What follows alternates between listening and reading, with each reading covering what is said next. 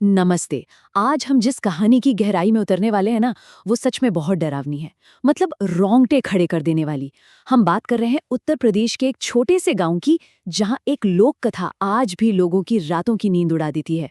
रामपुर के अंधे कुएं की डरावनी गूंज। सुनने में किसी फिल्म का नाम लगता है ना, लेकिन ये सिर्फ एक नाम नहीं है। ये एक ऐसा खौफ है जिसने कई पीढ़ियों को डरा के रखा है। चलिए, बिना वक्त गवाए इस रहस्य को समझते हैं। कहते थे उस कुएं से रात में किसी औरत के रोने की आवाज आती थी। सोचिए जरा, रात का घना सन्नाटा और उसमें गूंजती एक रोती हुई औरत की आवाज। ये कोई सुनी सुनाई अफवाह नहीं थी। रामपुर गांव में इसे एक कड़वी सच्चाई माना जाता था, जिसे हर कोई मानता था।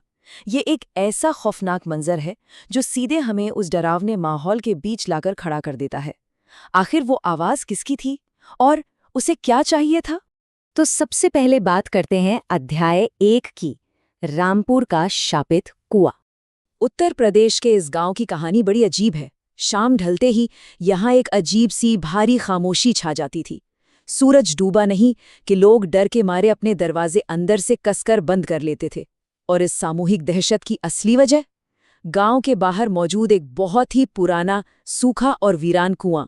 गांव के बुजुर्गों के मुताबिक इस कुएं का इतिहास एक बहुत ही दर्दनाक हादसे से जुड़ा है।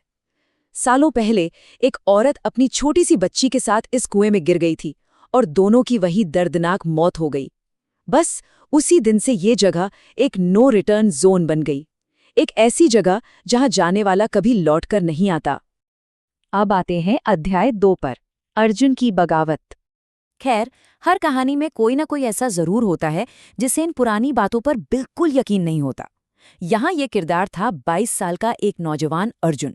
अर्जुन को इन भूत प्रेत की बातों पर रत्ती भर भी भरोसा नहीं था, और इसी अविश्वास में उसने एक बहुत बड़ी बात कह दी। आज मैं उस कुएं के पास जाऊंगा और साबित कर दूंगा कि वहां कोई भूत नहीं है। ये सिर्फ एक चुनौती नहीं थी, ये उसका अहंकार था।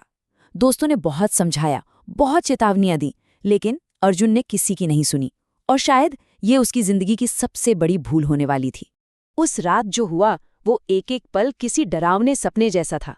शाम हुई और गांव वालों ने हमेशा की तरह अपने घरों के दरवाजे बंद कर लिए। रात के वक्त अर्जुन ने अपने दोस्तों के सामने ये चुनौती रखी। और फिर जैसे ही आधी रात का वक्त हुआ, अर्जुन एक टॉर्च लेकर बिल्कुल अकेला उस अंधे कुएं की तरफ निकल पड़ा। ये ऐसा था जैसे खौफ की तरफ जाने वाला एक भयानक काउंटडाउन शुरू हो गया हो। चलिए बढ़ते हैं अध्याय 3 की तरफ, आधी रात का सन्नाटा। जैसे जैसे अर्जुन गांव की सीमा को पीछे छोड़ता हुआ उस वीरान कुएं के करीब पहुंचा, माहौल एकदम बदलने लगा। एक बहुत ही भारी, दम घोटू सा सन्नाटा छा गया था। रात की खामोशी जो कभी कभी सुकून देती है, वो यहाँ सच में डरा रही थी। हवा इतनी ठंडी हो गई थी कि सीधे हड्डियों को कंपा दे। और सबसे अजीब बात बताऊं, बिना किसी तेज हवा के भी पेड़ों की टहनियां अपने आप हिल रही थी, जैसे कुदरत खुद चीख चीख कर उसे वापस लौट जाने की चेतावनी दे रही हो। लेकिन अर्जुन कहाँ रुकने वाला था, वो आगे बढ़ता गया। और ठीक उस पल जब वो कुएं के बिल्कुल किनारे पहुंचा, एक भयानक घटना घटी। ये क्या, अर्जुन की टॉर्च अचानक से बंद हो गई। जरा इस स्थिति की कल्पना कीजिए, एक घना अंधेरा, एक शापित जगह और रोशनी का इकलौता सहारा अचानक काम करना बंद कर दे। उसने घबराकर टॉर्च को कई बार थपथपाया, लेकिन कोई फायदा नहीं। अब दहशत ने सच में उसे चारों तरफ से घेर लिया था। यहीं से शुरू होता है अध्याय 4, कुएं के अंदर। टॉर्च बंद होने के बाद जो हुआ ना, उसने अर्जुन के उस सारे अविश्वास को, उसके अहंकार को एक सेकंड में चकनाचूर कर दिया। उस कुएं के गहरे घुप अंधेरे के बीच से एक बहुत ही धीमी, कांपती हुई औरत की आवाज अर्जुन के कानों में पड़ी। मुझे बाहर निकालो। ध्यान दीजिएगा, ये कोई तेज चीख नहीं थी, ये एक बेहद सर्द, डरावनी गुजारिश थी जिसने अर्जुन का गला पूरी तरह सुखा दिया। अब वो सीधा उस अलौकिक शक्ति के सामने था जिससे पूरा गांव दशकों से कांपता आ रहा था। और खौफ अभी खत्म नहीं हुआ था। जब अर्जुन ने कांपते हुए उस सूखे कुएं के अंदर झांका तो नीचे क्या था? सिर्फ अंतहीन अंधेरा, लेकिन उस अंधेरे के बीच पानी में चमकती हुई दो भयानक आंखें, वो आंखें पलकें नहीं झपका रही थीं, वो सीधे अर्जुन को घूर रही थीं। ये नज़ारा इतना शक्तिशाली और भयानक था कि डर को सच में हवा में महसूस किया जा सकता था। यहाँ से चीजें बहुत बहुत तेजी से बिगड़ती हैं। जैसे ही अर्जुन घबराकर पीछे हटने लगा, अचानक एक गीले और सड़े हुए हाथ ने उसका टखना कसकर पकड़ लिया। वो जोर से चीखा, खुद को छुड़ाने के लिए बुरी तरह तड़पने लगा। और तभी कुएं के अंदर से ऐसे ही दर्जनों सड़े हुए हाथ बाहर आने लगे। वो सब उसे अंदर खींचना चाहते थे। अर्जुन ने अपनी पूरी ताकत लगा दी, खुद को छुड़ाया और अपनी जान बचाने के लिए उस अंतहीन अंधेरे रास्ते पर गांव की तरफ अंधाधुंध भागने लगा। वो अपनी जान बचाकर भाग ही रहा था कि तभी कुएं से उसी औरत की आवाज फिर से गूंजी, तू भी यहीं रहेगा। ये कोई साधारण वाक्य नहीं था, ये एक ऐसा खौफनाक जाल था जो उस आत्मा ने बिछाया था। और सबसे डरावनी बात ये थी कि वो आवाज अर्जुन के पीछे पीछे आ रही थी। उसे ये एहसास दिलाया जा रहा था कि अब वो इस शाप से कभी कभी बचकर नहीं निकल सकता। और अब हम पहुंचते हैं आखिरी हिस्से पर, अध्याय 5, खौफनाक अंत।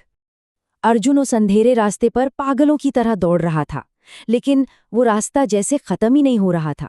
गांव पहुंचने की कोई उम्मीद दूर दूर तक नजर नहीं आ रही थी।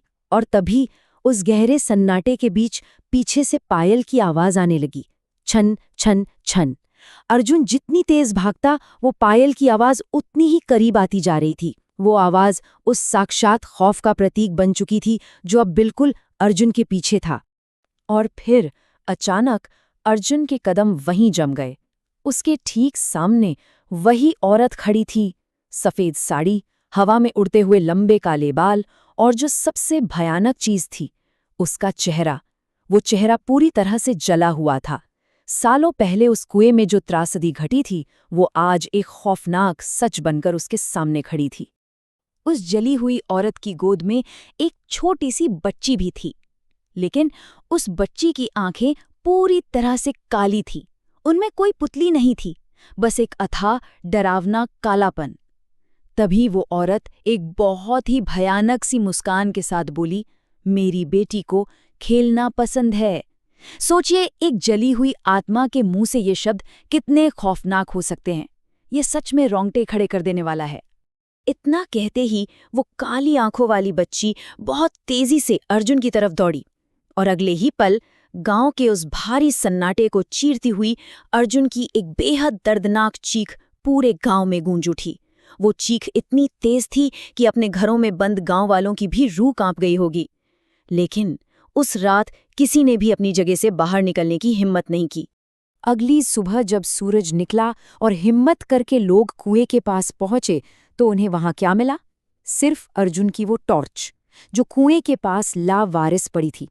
और क्या हमेशा के लिए खो गया? खुद अर्जुन। अर्जुन उस रात के बाद फिर कभी किसी को दिखाई नहीं दिया। वो हमेशा के लिए गायब हो गया और उस शापित कुएं की कहानी का एक और डरावना हिस्सा बन गया। इस भयानक घटना के बाद गांव वालों ने उस रास्ते पर जाना हमेशा हमेशा के लिए बंद कर दिया। लेकिन कहा जाता है कि आज भी अगर कोई भूल कर भी आधी रात को उस कुएं के पास चला जाए, तो उसे एक बच्चे की हंसी और बस यही शब्द सुनाई देते हैं, आओ खेलते हैं। ये पूरी घटना हमें ये सोचने पर मजबूर करती है कि उस अंधेरे में आज भी कौन है जो अपने अगले शिकार का इंतजार कर रहा है। क्या कभी कोई ऐसे वीरान और अंधेरे रास्ते पर अकेले जाने की हिम्मत कर सकता है? इस सवाल के साथ हम आज के इस विश्लेषण को यहीं खत्म करते हैं। हमारे साथ इस रहस्य को समझने के लिए बहुत बहुत शुक्रिया। और हाँ, रात के अंधेरों से हमेशा सावधान रहिएगा।